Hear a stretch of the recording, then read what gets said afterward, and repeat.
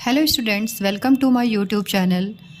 बेटा आज का हमारा टॉपिक जो है वो वर्ड प्रॉब्लम से रिलेटेड है, मल्टीप्लिकेशन बेस्ड है ये, है ना।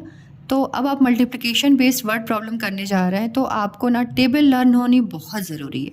टेबल आपको बहुत अच्छे से लर्न होनी चाहिए, तभी आप इन वर्ड प्रॉब्लम्स को अच्छे से सॉल्व कर पाएंगे। देखिए, जैसे वर्ड प्रॉब्लम होती है इसमें स्टोरी गिवन होती है, तो बच्चे अक्सर समझ नहीं पाते कि कहाँ पे मल्टीप्लिकेशन करना और कहाँ पे डिवीज़न करना है ना। उन्हें बहुत कन्फ्यूज़न होता है। तो कुछ कीवर्ड्स होते हैं, इसको आप अगर अच्छे से समझ जाएंगे तो आप बिल्कुल फटाफट आप समझ जाएंगे कि कहाँ पे आपको मल्टीप्लिकेशन करना है। ठीक है, उसका फर्स्ट देखो, ये कीवर्ड है बेटा, 1 is given total is asked. जो क्वेश्चन रहेगा ना, उस क्वेश्चन में आपको 1 के बारे में डिटेल इन्फॉर्मेशन रहेगी और फिर पूछेगा कि टोटल का बताइए। जैसे आपको एक एग्जांपल से बहुत अच्छी समझ में आ जाएगा।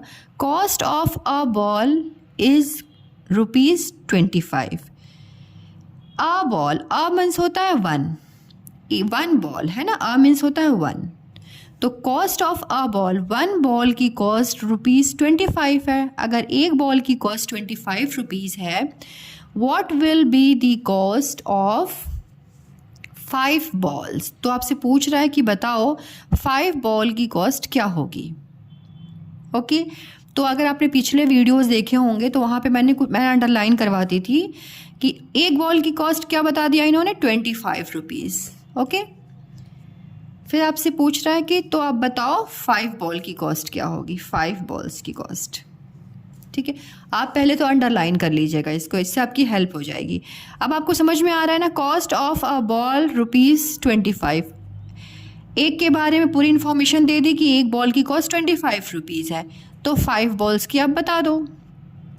ठीक है, तो आपको देखो एक चीज़ तो और ध्यान रखनी है, 2 चीज़ें यहाँ पे गिवन है ना, एक बॉल है और उसकी प्राइस लिखी हुई है, और यहाँ पे आपसे बॉल पूछ रहा है।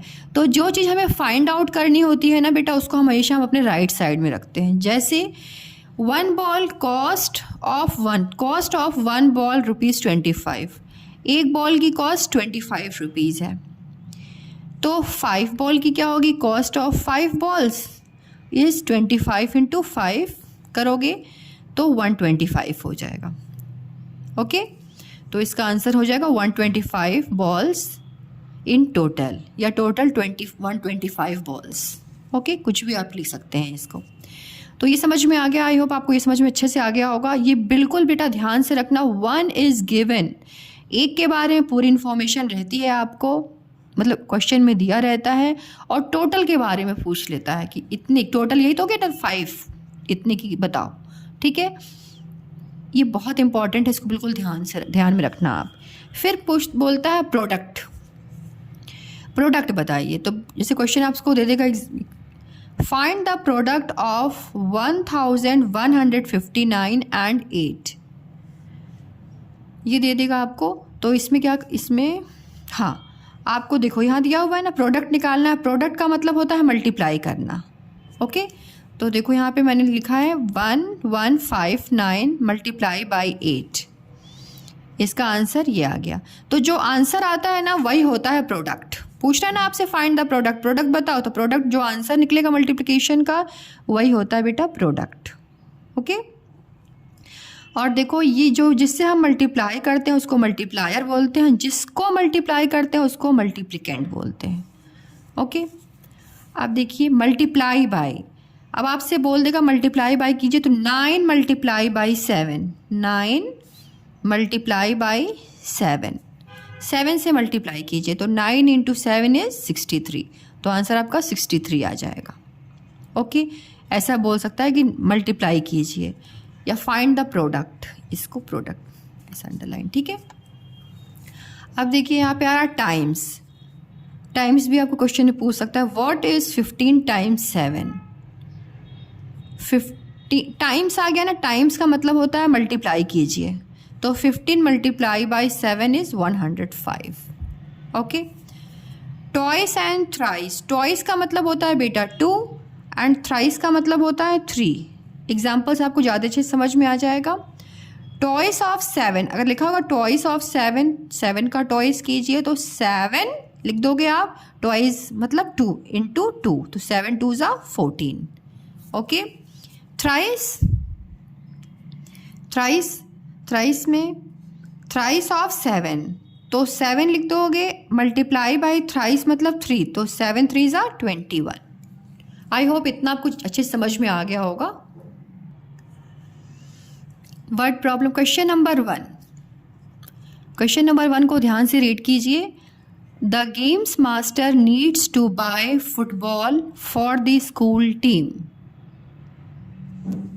If each ball cost rupees 395.50, how much will 3 ball cost?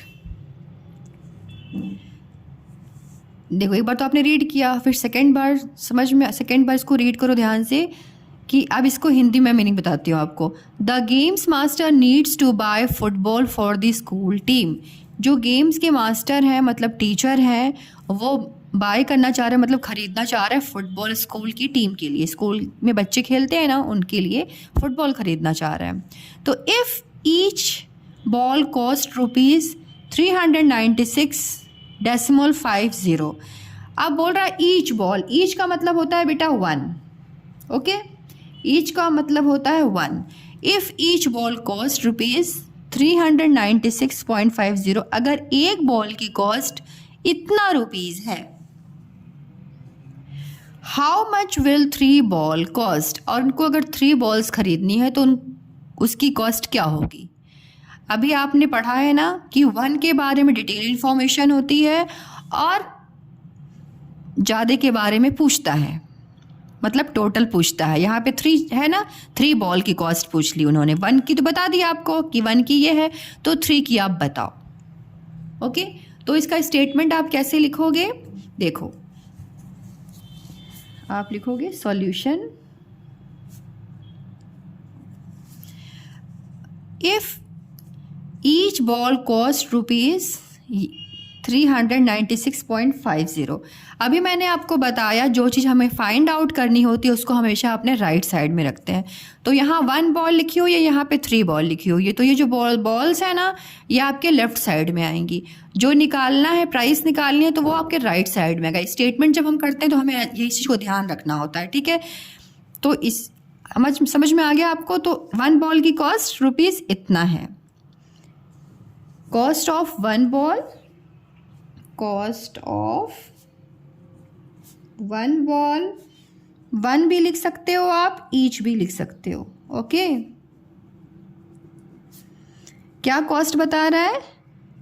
396.50, इतनी कॉस्ट है ना। अब आपसे पूछ लिया तो 3 बॉल की कॉस्ट बता दो, तो आप लिखोगे कॉस्ट ऑफ 3 बॉल्स। अब आप सोचो 1 बॉल की कॉस्ट अगर कितना है, 396.50 है, तो 3 की तो ज़्यादा होगी ना। हाँ, ज़्यादा जब होती है ना बेटा, तब हम मल्टीप्लाई करते हैं। ओके, अब आप सोचो 3 की तो ज़्यादा ही होगी, कितना ज़्यादा होगी ये तो नहीं पता, बट होगी ज़्यादा, ये तो क्लियर है ना आपको। तो इस कंडीशन में हमेशा हम मल्टीप्लाई करते हैं। तो इस ऐसे भी आप समझ सकते हो, ठीक है। 1 के बारे में गिवन है और 3 के बारे में पूछ रहा, तो इस कंडीशन में हम क्या करेंगे? मल्टीप्लाई करेंगे। ओके बेटा, आप लिखो नंबर पहले 5083। अब इसको हमें मल्टीप्लाई करना है, तो मल्टीप्लाई आप हमेशा साइड वर्क कर लिया कीजिए।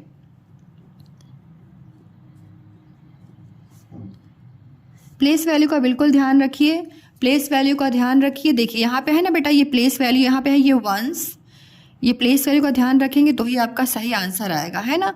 3 को एकदम इसके नीचे ही बैठाना है इस चीज़ को। अब 3 0 से क्या होगा? 0। 3 से हम किसी भी चीज़ को 3 से नहीं, मतलब 0 से हम किसी भी चीज़ को मल्टीप्लाई करते तो हमेशा आंसर 0 ही आता है। इसकी एक छोटी सी कहानी सुन लो आप। जैसे मान लो कोई बच्चा 0 है, ठीक है, कुछ भी उसको नहीं आता है, तो वो किसी बच्चे को अच्छा बना सकता है क्या? बिल्कुल नहीं अच्छा बना सकता ना, वो भी अपने जैसे उसको बुरा ही बना देगा। तो ये यहाँ पे किसी बच्चे के लिए नहीं बोल रही हूँ मैं, बस ये समझाने के लिए कि जिसको कुछ नहीं आता है, जो ज़ीरो है, जिसको कुछ नहीं आता है, वो कितने भी बड़े नंबर से उसको आप मल्टीप्लाई करेंगे तो उसका आंसर हमेशा ज़ीरो ही आएगा। तो इसलिए 3 0 ज़ा 0, ओके, 3 5 ज़ा 15, 6 3 ज़ा 18, 1 19, 3 9 ज़ा 27, 27 1 28, 3 3 ज़ा 9, 10 11, ओके। अब देखो 1 2, 2 के बाद डेसिमल लगा तो 2 के बाद आप डेसिमल लगा देंगे, ओके। अब आपका आंसर क्या आ जाएगा? 1 1 8 9.50, ये क्या है? रुपीज़ है, ओके। अब आंसर को तो यही नहीं छोड़ना है, मैं बार बार बोलती हूँ, आप लिखिएगा आंसर टोटल रुपीज़ 1189.50, ओके। अब देखिए आप यहाँ पे आपका आंसर यहाँ कंप्लीट हो गया, ओके।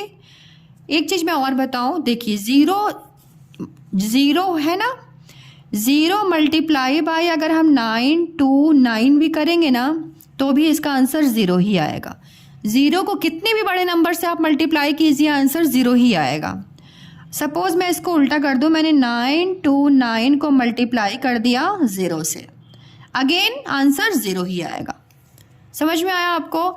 ये ज़ीरो जो होता है ना, सबको प्रोडक्ट में ज़ीरो ही बना देता है, किसी भी नंबर से आप मल्टीप्लाई करेंगे ज़ीरो ही आएगा। तो बस आपको यही समझ में आ जाए इसलिए मैंने यहाँ पे आपको समझाया है, ठीक है, okay. Next question, there are 1520 children in a school. A school collect rupees 125 from each student for charity. Find the total amount collected. क्या बता रहा है यहाँ पे? There are 1520 children in a school. एक स्कूल है, उसमें कितने बच्चे हैं? 1520 स्टूडेंट्स हैं, ठीक है। फिर बोल रहा the school collect rupees 125 for each student for charity. अब स्कूल जो है ना, ईच स्टूडेंट मतलब एक बच्चे से 125 रुपीज़ कलेक्ट कर रहा है। तो आपसे पूछ रहा है कि find the total amount collected. तो अब आप बताओ कि टोटल कितने पैसे कलेक्ट होंगे, ओके। तो आपको क्या पता चल गया? वन बच्चा कितना जमा कर रहा है? 125 रुपीज़, ओके।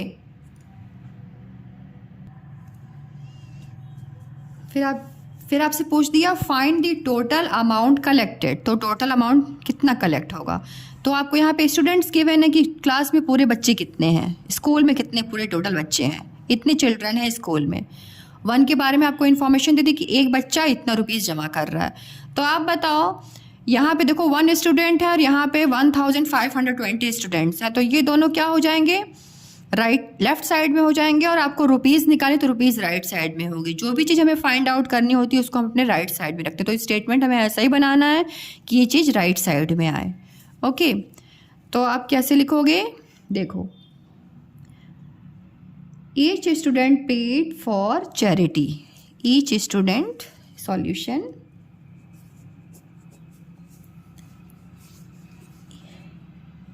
ईच स्टूडेंट मतलब प्रत्येक बच्चा, ईच मतलब 1 लिख सकते हो आप यहाँ पे, वरना आप समझ जाए तो बहुत अच्छी बात है, ठीक है। लिखने की ज़रूरत नहीं बेटा, ईच मतलब 1 होता है, ठीक है। ईच स्टूडेंट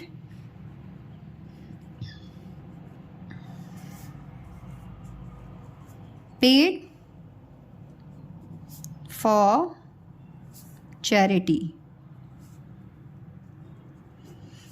है ना। देखो ईच स्टूडेंट, पेड मैंने इसलिए दिए जमा कर रहे हैं, ठीक है। पेड फॉर चैरिटी क्या कितना जमा कर रहे हैं बेटा? Rupees 125, okay. अब आपसे पूछ रहा है तो बच्चे इतने ज़्यादा हैं, 1520 चिल्ड्रन है। फिर आपसे आप लिखना 1 जो भी टोटल चिल्ड्रन होंगे, टोटल चिल्ड्रन इतने हैं, इतने चिल्ड्रन पेड फॉर चैरिटी। बताओ, एक बच्चा 125 रुपीज़ पे कर रहा है, तो 1520 बच्चे कितना पेड करेंगे एग्जैक्टली तो आप नहीं बता पाओगे, जब मल्टीप्लाई करोगे तब आप एग्जैक्टली आंसर बता पाओगे, बट इतना तो बोल सकते हो ना कि यस मैम ज़्यादा पे होगा, है ना, होगा ना बेटा। इस कंडीशन में हम मल्टीप्लाई करते हैं। समझ में आ रहा है आपको? 1 के बारे में आपको इन्फॉर्मेशन गिवन है कि एक बच्चा 125 रुपीज़ जमा कर रहा है चैरिटी में, दान में, ठीक है। तो 1520 बच्चे कितना पे करेंगे, ज़्यादा करेंगे, तो आप क्या करेंगे, multiply. Okay, 125 multiply by 1520। Okay, अब देखो मल्टीप्लाई करने में क्या है ना, कुछ बच्चे क्या करते हैं, जो छोटा वाला नंबर आगे लिखा हुआ है ना, तो इसको पहले ऊपर लिख देंगे, इसको नीचे लिखेंगे। तो ऐसी इस कंडीशन में क्या होता है, होने को तो हो जाएगा, आंसर आ जाएगा आपका, बट प्रॉब्लम होती है। तो कोशिश हमेशा ये कीजिए ना बेटा, मतलब हमेशा आप किया ही कीजिए ऐसा, जब बड़ा नंबर जो होता है ना उसको आप ऊपर रखिए, ठीक है, साइड में ऊपर रखिए बड़ा नंबर को। तो ये आपने ऊपर रख लिया। अब 125 से आपको मल्टीप्लाई करना है, तो 125। ओके, देखिए 5 जीरोज़, अभी मैंने आपको बताया ना कहानी कि 5 को 0 से मल्टीप्लाई करेंगे तो what you will get, 0। Okay, 5 2 10, 1 reminder, 1 carry over, 10, 5 2 10, 5 5 25 plus 1 26, 5 1 5 6 7। Okay, अब देखिए ये आपने फर्स्ट यहाँ पे देखो 1s 10s 100 है ना, तो 1s को तो आपने कर लिया बारी बारी से मल्टीप्लाई। अब आप 10s वाली वैल्यू पे आ रहे हो ना 10s की वैल्यू पे। तो 10s की वैल्यू जब हम दूसरे नंबर को मतलब 10s की वैल्यू को मल्टीप्लाई करेंगे इससे, ठीक है, तो इसके लिए आप 1s को यहाँ पे आप क्रॉस कर दोगे, यहाँ पे आपको वैल्यू नहीं पुट करनी है। अब आपको आप 0 से मतलब 10s की वैल्यू को ना मल्टीप्लाई करने जा रहे हो इससे, है ना, तो यहाँ पे आप जब 10s की वैल्यू को इससे मल्टीप्लाई करोगे तो इसका आंसर 10s की प्लेस पे ही रखेंगे, 1s की प्लेस पे नहीं रखा जाता है बेटा, ठीक है। तो 2 zeros क्या हो जाएगा यहाँ पे, 0। तो सबसे पहले तो आप यहाँ पे 1s पे क्रॉस कर देना, उसके बाद 2 zeros 0 यहाँ पे हो जाएगा। ओके, 2 2s क्या हो जाएगा, 4। नंबर को देखो जैसे मैं बैठा रही हूँ साफ साफ वैसे ही लिखा करो आप, 2 2s 4, 2 5s 10, 1 कैरी ओवर गया and here 0, 2 1s 2 plus 1 is 3। Okay, ऐसे साफ साफ लिखना है आपको। फिर देखो 1 zeros, अब यही नहीं कि मैंने यहीं पे मैं 0 लिख दूंगी, नहीं, ये देखो ये कौन सी प्लेस है, 1s 10s 100 या 100 की प्लेस है, मतलब जो इसका प्रोडक्ट लिखोगे ना वो 100 की प्लेस पे ही लिखोगे। तो देखो आप पहले यहाँ पे क्रॉस कर दोगे, 1s की प्लेस को क्रॉस करोगे, 10s की प्लेस को क्रॉस करोगे, ठीक है, क्योंकि आप 100 को मल्टीप्लाई 100 की प्लेस वैल्यू को मल्टीप्लाई करने जा रहे हो ना, तो इसका प्रोडक्ट आपको इसी पे लिखना है, 100 की प्लेस वैल्यू पे। यह है 1s, यह 10s, यह 100, तो 100 की प्लेस वैल्यू पे ही आपको इसका प्रोडक्ट लिखना है, मल्टीप्लाई में जो टेबल करके आएगा, ठीक है। तो 1 zeros 0, 1 2s 2, 1 5s 5, 1 1s 1। ऐसे ही साफ साफ लिखोगे तो आपका कभी गलत आंसर नहीं आएगा बेटा। देखो अब इसको आप प्लस कीजिए, तो ये तो हो गया 0, यहाँ पे भी हो गया 0, 6 7 8 9 10, 1 कैरी ओवर, ये हो गया 10, 7 8 9 10, 1 कैरी ओवर, ये हो गया 10। ओके, 5 प्लस 1 6 7 8 9 और ये हो गया 1। ओके, तो आप इस नंबर को पहले लिख लो, ये रुपीज़ आएगा ना, तो यहाँ पे लिख दो रुपीज़, 1 9 लिख दिया। अब यहाँ पे जीरोस काउंट कर लो, 1 2 3 4 0 है, तो यू राइट हियर 4 0, 1 2 3 एंड 4। 0 लिखने में मैं देखती हूँ अक्सर बच्चे मतलब बनाते तो ध्यान नहीं देते कितना ज़ीरो बनाना, तो प्लीज़ आप यहाँ पे काउंट कर लिया कीजिए, फिर यहाँ पे लिखा कीजिए, ठीक है। ओके, अब आपको अपने आंसर को यहीं तो छोड़ना नहीं है, आपको तो अपने आंसर को आंसर लिख के कंप्लीट करना है ना बेटा। तो यू राइट हियर आंसर क्या है ये, total rupees. Okay, you right here total. Total मैं क्यों लिखवा रही हूँ, क्योंकि टोटल ही आपको बताना है। ओके, टोटल यहाँ पे रुपीज़ है ना, तो रुपीज़, टोटल रुपीज़ क्या है बेटा, 19 लिख के 1 2 3 4 0, 1 2 3 4 0। Okay, question number 3, a factory manufactures 456 soaps in a day. How many soaps will the factory manufacture in 15 weeks? ये थोड़ा इंपॉर्टेंट क्वेश्चन है, तो ध्यान से देखिएगा आप। अ फैक्ट्री मैन्युफैक्चर्स, मैन्युफैक्चर का मीन्स होता है बेटा उत्पादन करना, बनाती है एक दिन में, अ डे लिखा हुआ है ना, तो एक दिन में कितने बनाती है वो, 456 सोप्स बनाती है, साबुन बनाती है एक दिन में। ये आपको इन्फॉर्मेशन गिवन है कि वन डे में कितनी वो फैक्ट्री सोप बना रही है, 456 सोप्स। ओके, आपसे पूछ रहा है how many soaps will the factory manufacture in 15 weeks. तो अब आप बताओ कि 15 वीक्स में वो कितना बनाएगी, है ना। तो इसको आप कैसे सॉल्व करोगे, आपको क्या गिवन, देखो आपको मतलब डेज निकाल लेना, तो सोप आपका क्या रहेगा, लेफ्ट साइड में रहेगा, और ये डेज जो है राइट साइड में रहेगा, ठीक है। ये तो आपको समझ में आ रहा है। ओके, तो आप इसको सॉल्यूशन ऐसे करोगे, सॉल्यूशन अ डे, एक दिन में ना, ईच, यस अ डे, तो आप लिख सकते हो ईच डे, या yes each day soaps manufacture, each day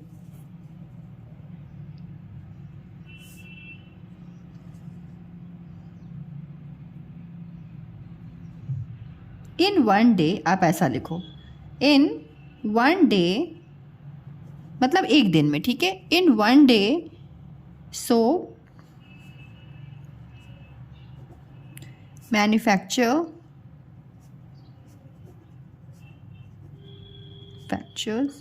कितने हैं बेटा, 456। ओके, वन डे में 456 हैं। यहाँ पे आपसे 15 वीक्स पूछ रहा है, तो पहले तो आपको इस डे को मतलब आपको वीक में बनाना पड़ेगा। तो आप यहाँ पे लिख दो, अब वन डे में अगर इतने हो रहे हैं, सोप बन रहे हैं, तो इन 7 डेज, तो 7 डेज में कितने होंगे सोप्स मैन्युफैक्चर, तो 7 डेज मैन्युफैक्चर्स। अब आप यहाँ पे मल्टीप्लाई करेंगे, 456, 1 के बारे में पता चल गया, तो 7 डेज़ के बारे में, तो मल्टीप्लाई बाई 7 कर देंगे, क्योंकि 7 में ज़्यादा होगा तो मल्टीप्लाई हो जाएगा। ओके, यस, तो आप इसको साइड में मल्टीप्लाई पहले कीजिए, क्या आंसर आपका देखिए आ रहा है, 456 मल्टीप्लाई बाई 7, 6 या 36, 6 7 ज़ा 42, 7 5 35, 36 37 38 39, 7 8 7 14 17 21, 7 4 ज़ा 28, 28 29 30 31। ओके, आपका आंसर आ गया 3192। इतने सोप्स बन रहे हैं 7 डेज़ में। अब आप बताओ 7 डेज़ 1 वीक होता है ना बेटा, 7 डेज़ मतलब 1 वीक, तो ये तो आपको पता है। फिर आप लिखोगे इफ, नहीं 7 days is equal to 1 week. 7 days में 1 वीक होते हैं। ओके, ये तो आपको पता है। यस, फिर आप बताओगे 7 डेज़ मतलब 1 वीक, तो 1 वीक में कितने सोप बने, इतने बने। ये 7 डेज़ लिखा हुआ है ना, 7 डेज़, तो मतलब ये 1 वीक हो गया, तो 1 वीक में इतने सोप बने। तो आप लिखना है ऐसा, इन 1 वीक सोप सोप्स मैन्युफैक्चर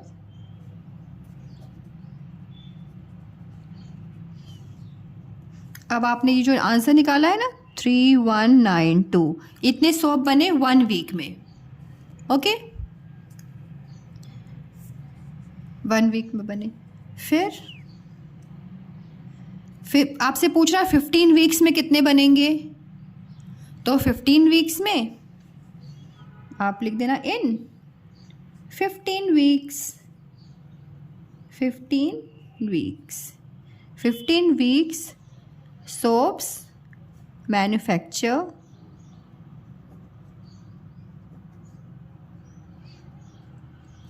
देखो यहाँ पे आप लिखोगे 3192 मल्टीप्लाई बाय 15।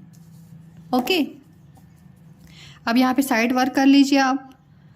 3192 मल्टीप्लाई बाय 15, 5 2 ज़ा 10,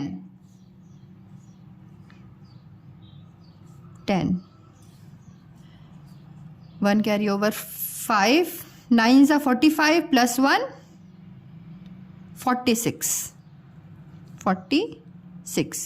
5 1 ज़ा 5, 6 7 8 9, 5 3 ज़ा 15।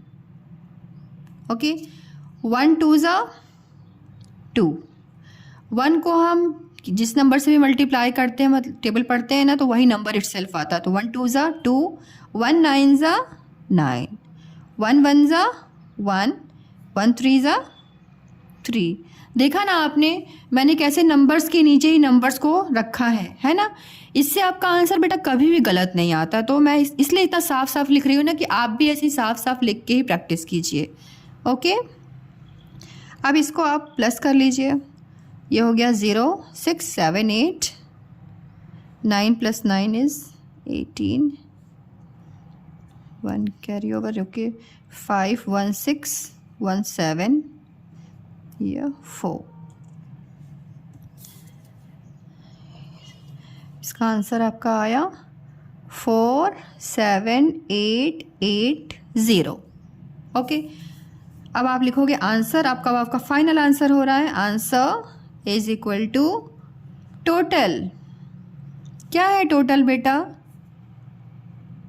Total soaps. Okay, total soaps कितने हो गए? 47880। Now your answer is completed. Question number 4. Find the product of the largest 3-digit number and smallest 4-digit number. यहाँ पे क्या करना है आपको? प्रोडक्ट निकालना है। प्रोडक्ट मीन्स मल्टीप्लिकेशन करना है। ठीक है, किस चीज़ का मल्टीप्लिकेशन करना है? देखो लिखा है find the product of the largest 3-digit number. Largest होनी चाहिए 3-digit number and smallest 4-digit number, और स्मॉलेस्ट क्या होना चाहिए? 4-digit नंबर होना चाहिए। ओके, इसके लिए देखो आपको मैंने यहाँ पे एक टेबल बनाया है, देखो ध्यान से आप। यहाँ पे स्मॉलेस्ट नंबर, यहाँ पे लार्जेस्ट नंबर लिखे हैं। अगर आपसे यहाँ जैसे कि क्वेश्चन के हिसाब से भी मैं दिखाऊंगी, पहले मैं आपको ये समझाऊंगी, आपको ध्यान से सुनो। 1-digit नंबर, एक डिजिट का नंबर हो और वो स्मॉलेस्ट हो, सबसे छोटा हो।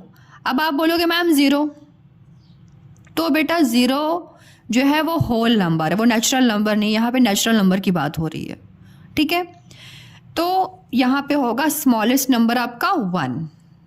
कोई आपसे पूछता है बेटा काउंटिंग सुनाओ, तो क्या आप 0 1 2 3 4 बोलते हो कि 1 2 3 4 बोलते हो? 1 2 3 4 बोलते हो ना काउंटिंग।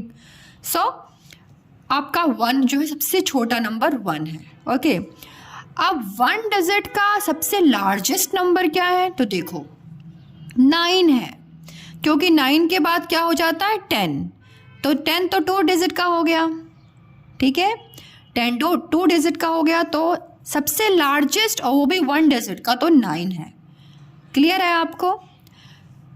अब देखो 2 डिजिट नंबर आपको बताना है, 2 डिजिट नंबर और वो भी स्मॉलेस्ट 2 डिजिट नंबर, तो 10 हो गया। 9 के बाद तुरंत 10 आता है, तो ये क्या है? सबसे स्मॉलेस्ट नंबर है ओके, 1 के बाद देखो तुरंत आ गया 10 ना, तो 2 डिजिट नंबर 10 हो गया, ये स्मॉलेस्ट है। और लार्जेस्ट 2 डिजिट नंबर क्या होता है, तो 99, क्योंकि 99 के बाद आपका 100 आ जाता है, तो सबसे बड़ा नंबर क्या है, 99, 2 डिजिट का। ओके, अब देखो 3 digit number, smallest 3 digit number, ठीक है, तो 100 होता है। 1 2 3 हो गया ना, ये हो गया 3 डिजिट का सबसे छोटा नंबर 100 होता है, क्योंकि 99 के बाद तुरंत 100 आता है, तो यही तो हुआ 3 डिजिट का सबसे छोटा नंबर। और देखो 3 डिजिट का लार्जेस्ट नंबर मतलब सबसे बड़ा नंबर कौन सा होता है, तो 999, क्योंकि इसके बाद 1000 आता है। ओके, तो वो तो 4 डिजिट का हो जाएगा, तो 999 जो है ये सबसे लार्जेस्ट नंबर है, वो भी 3 डिजिट का।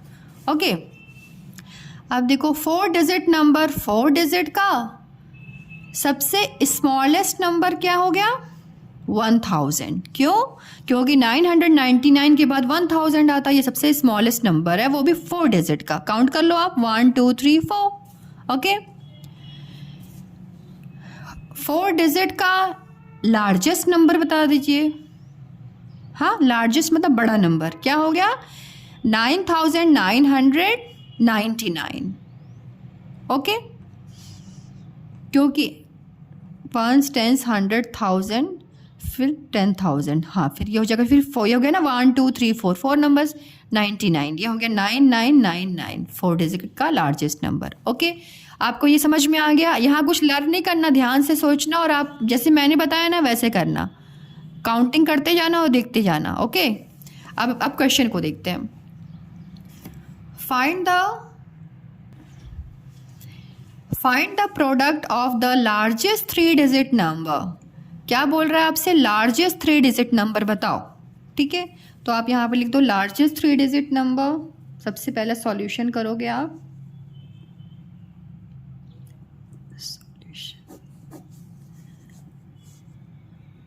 Largest 3 digit number, largest 3 digit N O dot लिखा, ये नंबर ही है। ठीक है बेटा, largest 3 digit number, largest 3 digit number क्या हो गया, 999, क्योंकि इसके बाद क्या आता है 1000 आ जाता है। ओके, तो ये लार्जेस्ट हो गया 3 डिजिट का, 1 2 3 डिजिट दिख रही है ना। अब smallest 4 digit number, smallest 4 digit number, smallest 4 digit number क्या होगा 1000, क्योंकि उसके बाद 1001 आ जाता है। ठीक है, तो सबसे छोटा क्या होगा 1000, 1000 में कितने ज़ीरो, 3 ज़ीरो। ओके, अब आपसे इतना आपने बता दिया कि लार्जेस्ट 3 डिजिट नंबर ये है और स्मॉलेस्ट 4 डिजिट नंबर 1000 है। सो अब आपसे पूछ रहा है फाइंड द प्रोडक्ट ऑफ, अब इसका प्रोडक्ट निकालो। तो आप लिख दोगे प्रोडक्ट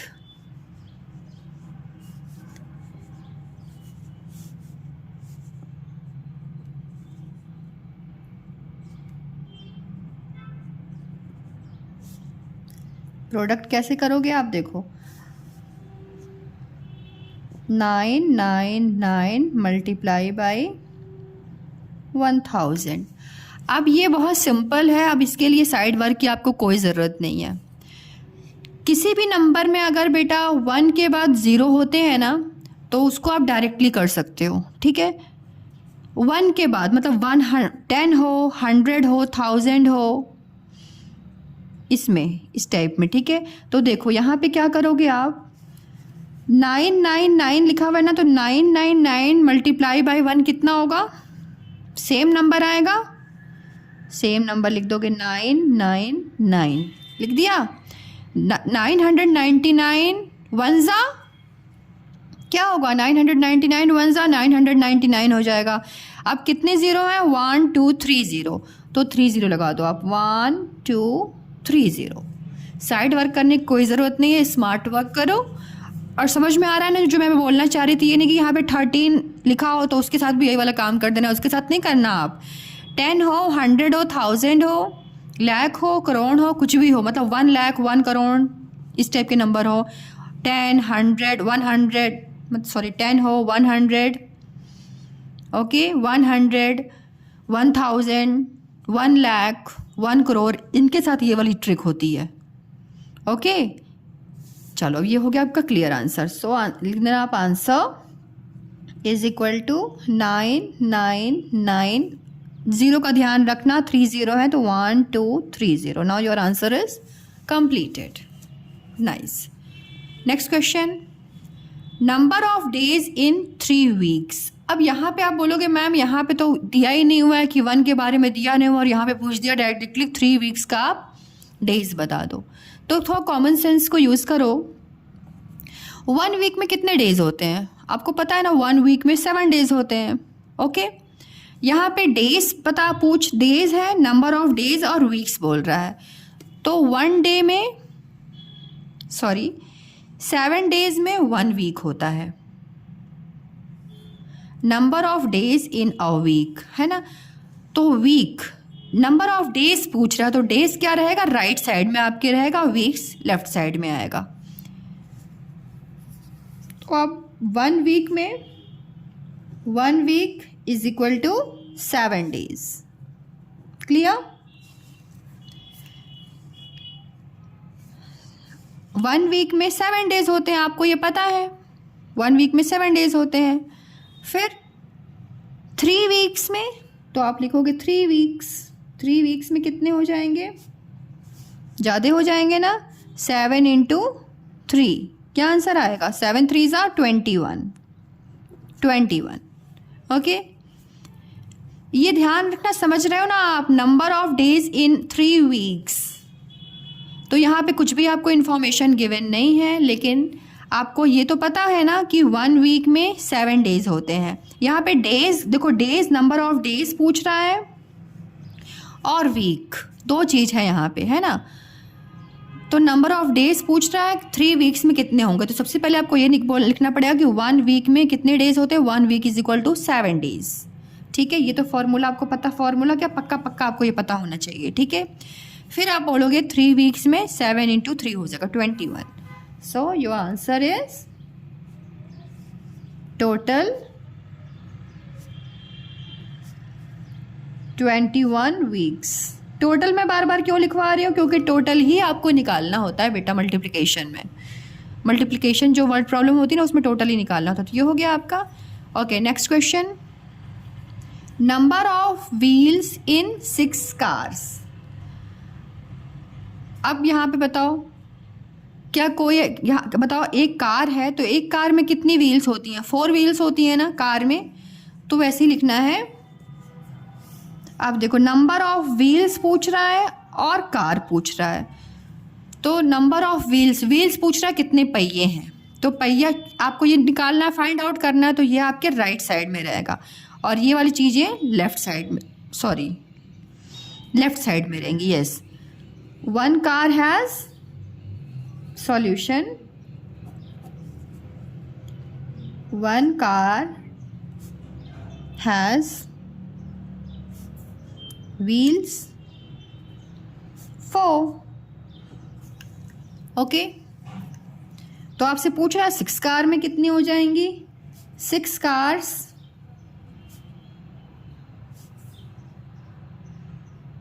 have wheels 4 इंटू 6, 4 6 का क्या हो जाएगा 24। ओके, सो योर आंसर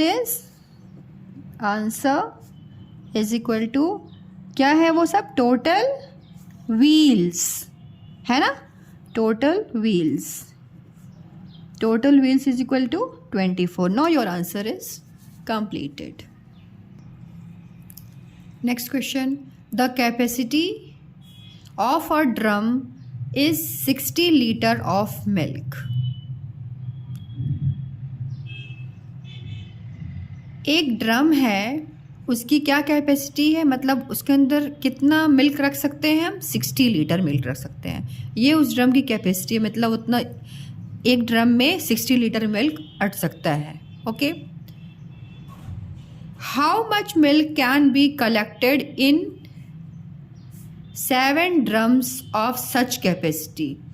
अब आपसे पूछ रहा है कि अब आप बताओ कि how much milk can be collected, कितना मिल्क कलेक्ट हो जाएगा, मतलब स्टोर हो जाएगा उसी टाइप का 7 ड्रम हो, ठीक है, 7 ड्रम उसी टाइप की कैपेसिटी का हो, मतलब एक ड्रम है उसमें कितना हो रहा है 60 लीटर मिल्क रखने की उसकी कैपेसिटी है। ओके, तो आपसे पूछ रहा है अगर 7 ड्रम होगा तो उसमें कितने मिल्क रखाएंगे, कितने स्टोर हो जाएंगे, क्या उसकी कैपेसिटी होगी। ओके, सो देखो आपको यहाँ पे क्या गिवन है, एक ड्रम है और उसकी 60 लीटर उसमें कैपेसिटी है, यहाँ पे 7 ड्रम है, तो यहाँ तो समझ में आ रहा है आपको, 8 ड्रम मतलब 1 ड्रम। ओके, 8 ड्रम का मीन्स होता है 1 ड्रम। ओके बेटा, 7 ड्रम, तो यहाँ पे देखो 1 ड्रम और 7 ड्रम की बात हो रही है, तो ये दोनों क्या हो जाएंगे, ये आपके लेफ्ट साइड में आएंगे जब स्टेटमेंट आप बनाओगे, और मिल्क है तो ये आपके राइट साइड में रहेगा।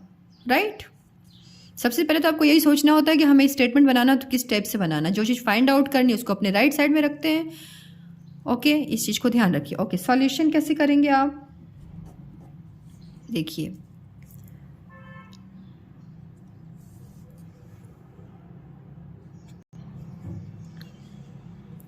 Capacity of a drum, capacity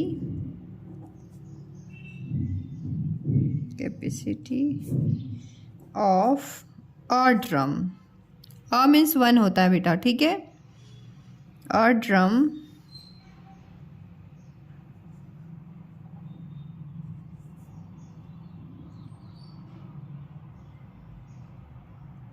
capacity of drum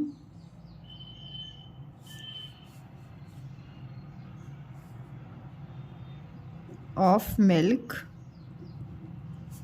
is equal to 60 litre. एक ड्रम है जिसकी कैपेसिटी है मिल्क स्टोर करने की 60 लीटर, तो आपसे पूछ रहा है तो 7 ड्रम्स की कितनी होगी, तो 7 ड्रम्स कैपेसिटी ऑफ, ए की जगह ए मतलब 1 होता है तो यहाँ पे 7 लिख दोगे, 7 ड्रम की क्या कैपेसिटी होगी, 7 ड्रम में कितना मिल्क हो जाएगा, ऑफ मिल्क 60 इंटू 7। ओके, ये भी आपको टेबल आता है, बहुत अच्छी बात है, टेबल देखो 60 और इंटू 7 करना है ना, तो 6 7 42 हो गया, और ये 0 है इसको आप पीछे ऐड कर लोगे, 420 लीटर हो जाएगा।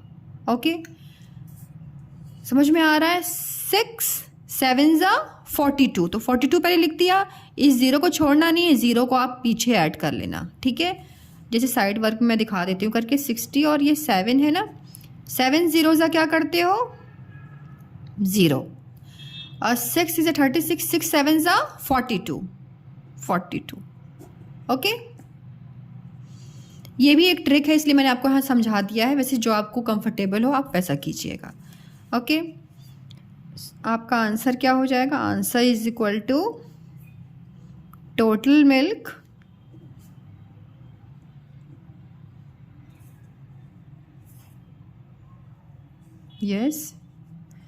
Total milk is equal to 420 litre. Yes, next question, Sam earn rupees 2,795 per month. Find out his annual income. Okay. आपसे बोल रहा है क्वेश्चन में कि सैम एक लड़का है, ठीक है, वो अर्न करता है मतलब कमाता है पर मंथ, पर मीन्स होता है बेटा 1, पर मीन्स क्या होता है 1, ईच शब्द हो, ईच हो, पर हो, इन सब का मतलब 1 होता है। ओके, अब एक मंथ में वो 2,795 अर्न करता है। ओके, 1 मंथ में, तो find out his annual income, तो आप बताओ एनुअल इनकम, एनुअल मतलब उसकी एक साल की इनकम क्या होगी। ये आपको फाइंड आउट करना है। तो गिवन क्या है आपको? गिवन ये है कि 1 मंथ में वो इतना कमाता है। अब स्टेटमेंट लिखने में क्या करेंगे हमको क्या निकालना है यहाँ पे? Find out his annual income. तो मतलब हमको रुपीज़ निकालना है। ओके, तो रुपीज़ वाली चीज़ राइट साइड में रहेगी और बाकी के जो है वो लेफ़्ट साइड में रहेंगे। तो आप लिखोगे सॉल्यूशन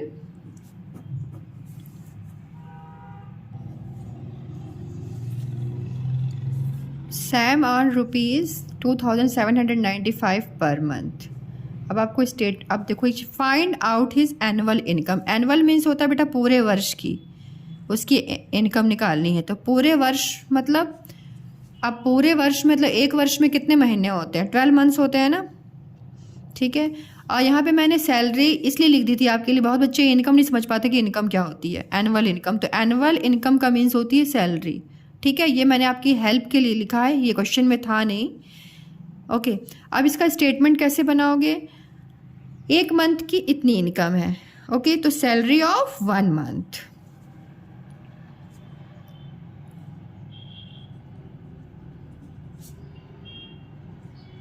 ऑफ 1 मंथ।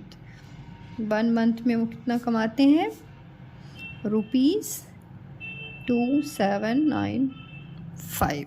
ओके, अब आपसे पूछ रहा है कि find out his annual income. Annual income आपको निकालनी है। तो एनुअल इनकम का देखो, एनुअल इनकम हम निकालेंगे, आप लिखो annual income.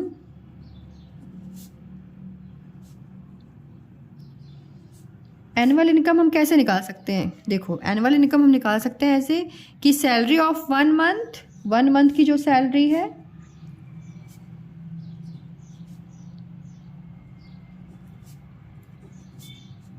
One month multiply by number of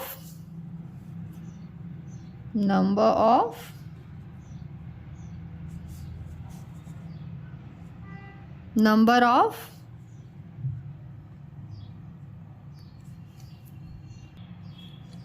of month in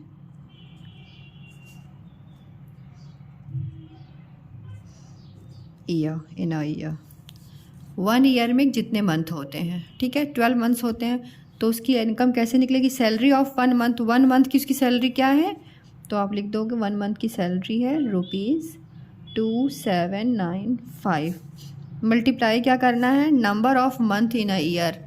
1 year में, एक ईयर में कितने मंथ होते हैं? 12 मंथ्स होते हैं, तो यू राइट हियर 12। अब इसको आप साइड वर्क करो, इसको मल्टीप्लाई, यस, 2795 मल्टीप्लाई बाई 12। कुछ बच्चों को मैंने देखा है ना, जब वो मल्टीप्लाई करने जाते हैं तो वो 12 5 बोलने लग जाते हैं। तो ये गलती आप मत कीजिएगा।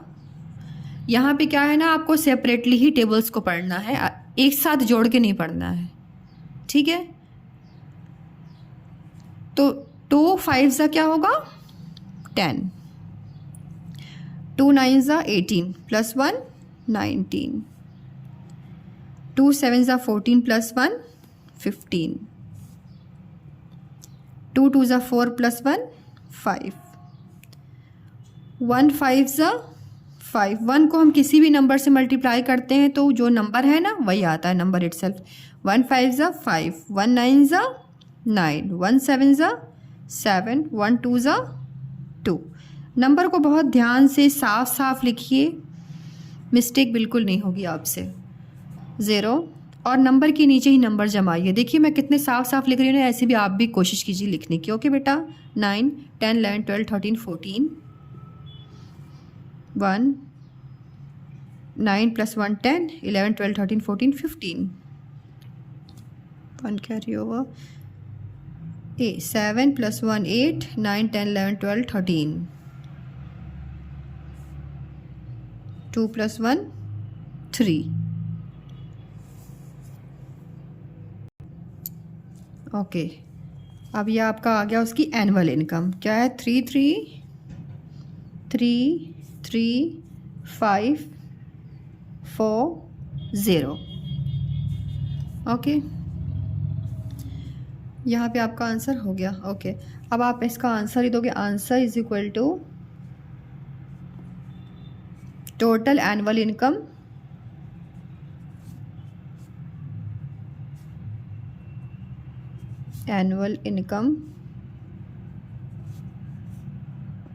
Okay, total annual income rupees.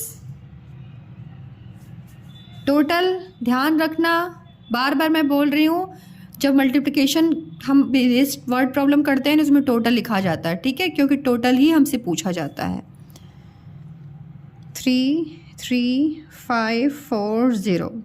बहुत बच्चों को मैंने देखा है यहाँ तो आंसर लिख देते हैं, बट जब आंसर लिखना होता है ना, जब लास्ट में हमें लिखना पड़ता है आंसर को, तो वहाँ मिस्टेक हो जाती है नंबर की। तो आप बहुत ध्यान से उतारिए देख के, तो गलती नहीं होगी आपसे। तो ₹33,540 हो गया टोटल उसकी income. Okay, next question. There are 60 minutes in an hour. An hour means होता है 1 आवर। 1 आवर में 60 मिनट्स होते हैं, ये इंफॉर्मेशन आपको गिवन है। Okay, how many minutes are there in a day. अब आपसे पूछ रहा है तो बताओ कि एक दिन में कितने मिनट्स होंगे। ओके, एक दिन में कितने मिनट्स होंगे। तो आप सोच रहे होगे कि मैम यहाँ पे तो पूछ रहा है 1 घंटे में 60 मिनट्स होते हैं। तो 1 घंटे में बेटा देखो, एक दिन जो होता है ना वो 24 आवर्स के होते हैं, ठीक है, और 24 आवर्स के एक दिन होते हैं। ओके, और आपसे ये 1 आवर के बारे में बता रहा है कि बोल रहा है 1 आवर में 60 मिनट्स होते हैं, ठीक है, 1 आवर में 60 मिनट्स होते हैं। तो ये पूछ रहा है तो बताओ पूरे दिन में कितने आवर्स होंगे। How many minutes are there in a day. तो आप बताओ पूरे एक दिन में कितने मिनट्स होंगे। ओके, चलो अब आप कैसे सॉल्व करोगे इसको, देखो ऐसे सॉल्व करोगे। फिर देखो आपको क्या गिवन है और क्या निकालना है। 60 मिनट्स हैं, ओके, मिनट 60 मिनट्स है, और 1 आवर में 60 मिनट है, ठीक है। और फिर आपको how many minutes are there in a day, minutes ही निकालना है आपको, मतलब ये मिनट्स वाली चीज़ राइट साइड में रहेगी और ये लेफ्ट साइड में हो जाएगा। अ डे मीन्स 24 हो गया, 24 आवर्स, क्योंकि एक दिन में कितने होते हैं, 24 आवर्स होते हैं। ओके, अब इसको सॉल्यूशन आप करोगे तो आप लिखोगे 1 hour is equal to 60 minutes. 1 hour is equal to 60 minutes. Okay, फिर 24 आवर्स, 24 आवर्स में 60 इंटू 24, 60 इंटू 24 क्या होगा, साइड वर्क कर लीजिए। 24 और ये है 60, 0 4 ज़ा 0 4 ज़ा 0, 0 2 ज़ा 0, 0 को हम किसी भी चीज़ से मल्टीप्लाई करते हैं, प्रोडक्ट क्या आता है, 0 आता है। अब देखो वंस को तो आपने कर लिया, मतलब 0 ये वंस की प्लेस पे था, अब ये है टेंस की प्लेस का 6वां नंबर, ठीक है। तो इसके लिए आपको यहाँ पे टेंस की प्लेस पे इसको बैठाना है, ठीक है। तो आप फर्स्ट जो वंस की प्लेस है वहाँ पे क्रॉस करोगे, क्योंकि अब इसको करना है ना आपको। तो 6 4 ज़ा 24, 6 2 ज़ा 12, 6 2 ज़ा 12, 13 14, so 0 4 4 1। ये आपका आंसर हो गया 1440। ओके, ये क्या हो गया, मिनट्स हो गया, मिनट्स। आंसर क्या लिखोगे, answer is equal to total minutes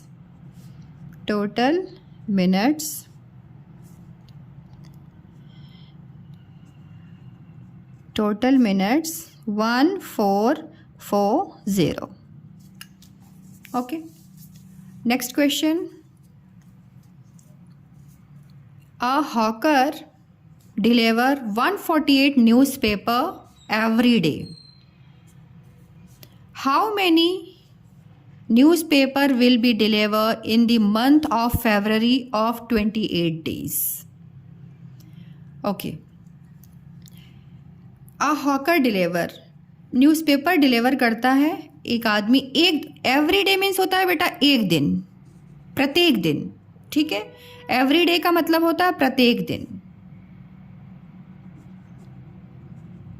प्रत्येक दिन, ठीक है। हर दिन वो मतलब एक दिन, प्रत्येक दिन 148 न्यूज़पेपर डिलीवर करता है।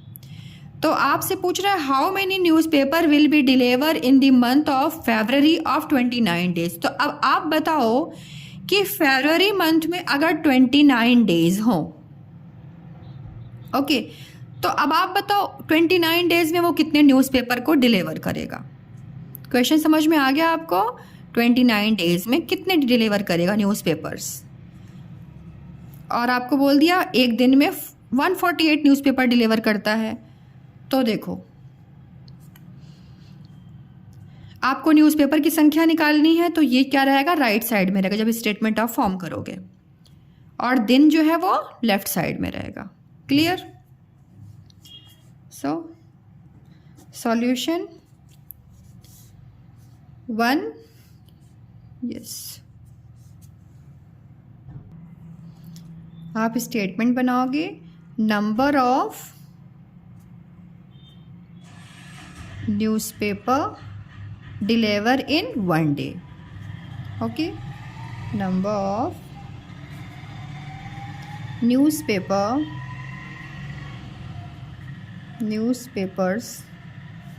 delivered, delivered in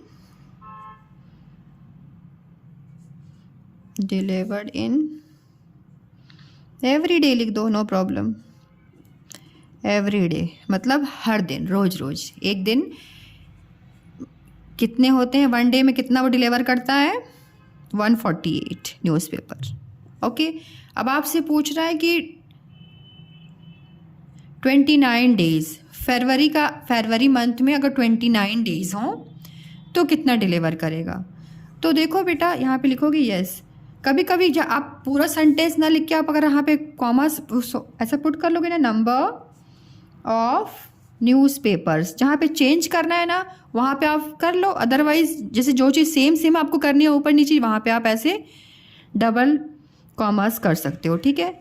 delivered in 29 days, यहाँ पे तो नहीं कर सकते थे क्योंकि यहाँ पे एवरी डे था, यहाँ पे 29 डेज को करना है, ठीक है। तो 29 डेज में कितने होंगे, तो आप पहले 148 लिखोगे, मल्टीप्लाई बाय 29। ओके, अब यहाँ पे आपको साइड वर्क करना पड़ेगा। 148 मल्टीप्लाई बाय 29।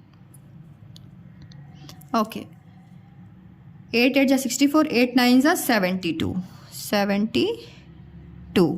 9 1 9, 9 2 18, 9 3 20, 9 4 जा 36, 36 37 30 39 40 41 42 43, 9 1 जा 9, 10 11 12 13। ओके, 2 8 जा 16। ये आप क्रॉस कर लेना, क्योंकि देखो मैंने बोला ना, अब आप टेंस की वैल्यू को मल्टीप्लाई करने जा रहे हो तो यहाँ वंस को क्रॉस कर दोगे, यहाँ पे नहीं, हमको टेंस पे ही पुट करना है उसके प्रोडक्ट को। 2 8 जा 16, 2 4 जा 8 प्लस 1 9, और 2 1 जा 2, ये हो गया 2 6 7 8 9 9 10 11 12 1 2 plus 1 3 4। ओके, 4 2 9 2, यह आपने लिख लिया। ओके, अब आपका जब अपने आंसर आप लिख दोगे तो आपका आंसर फाइनल हो जाता है। ओके, आंसर क्या निकाला आपने? न्यूज़पेपर। ओके, तो total newspapers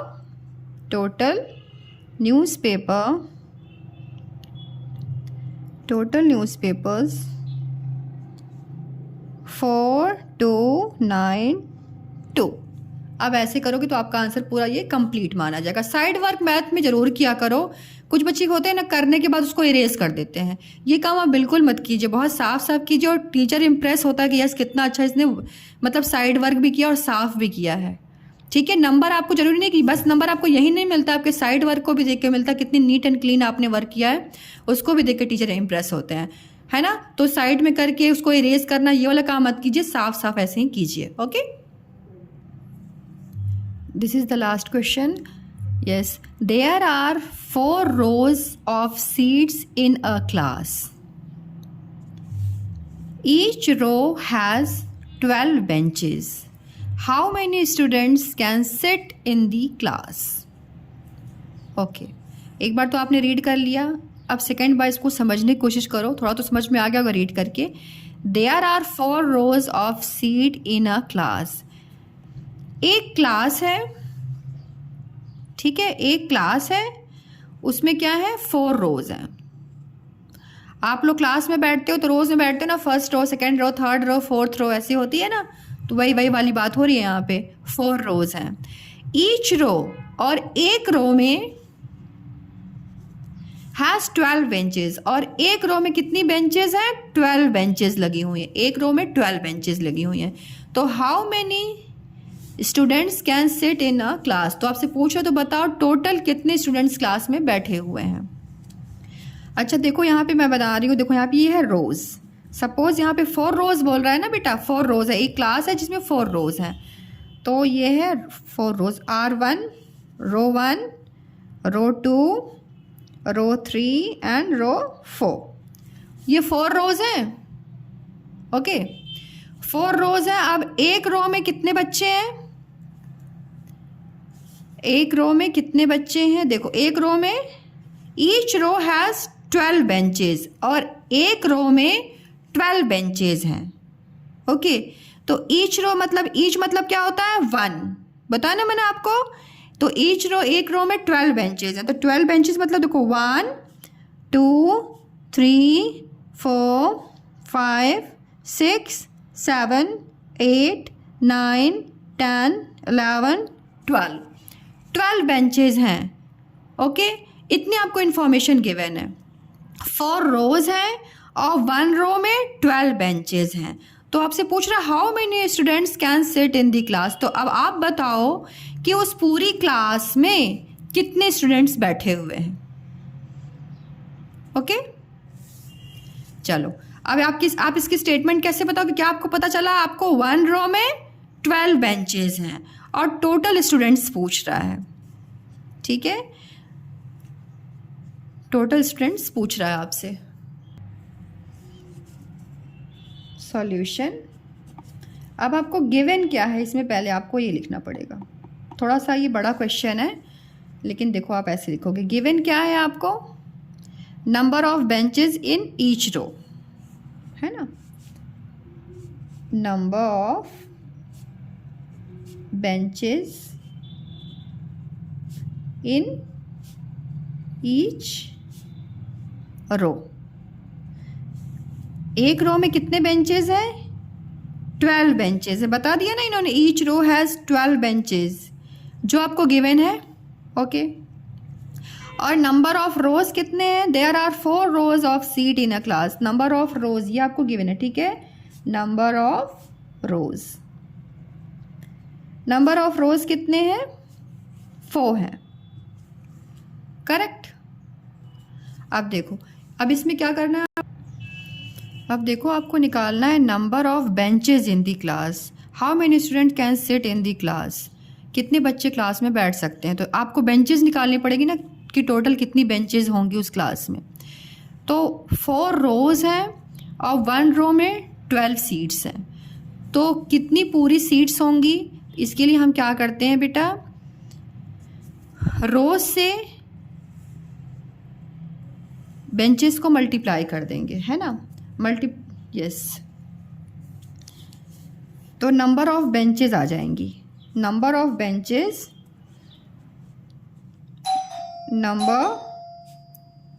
number of benches, number of benches in the class,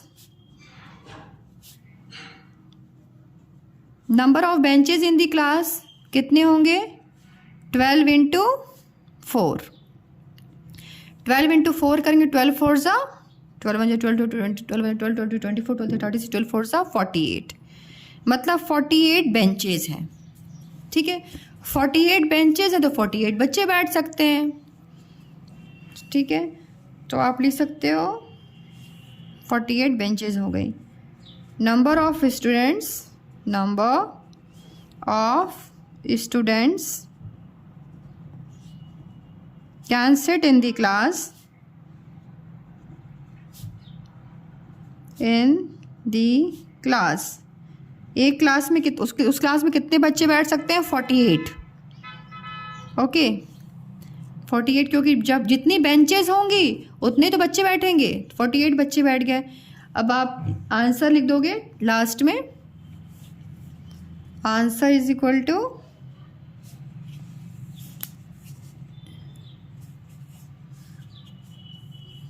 total students, total student 48।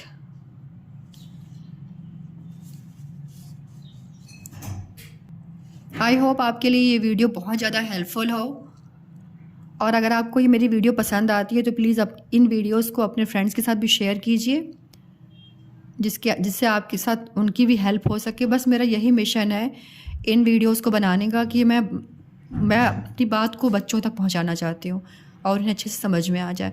और अगर आपको मेरी वीडियोस पसंद आती है तो प्लीज़ लाइक और सब्सक्राइब कीजिए जिन्होंने सब्सक्राइब नहीं किया है। Thank you so much again, thank you.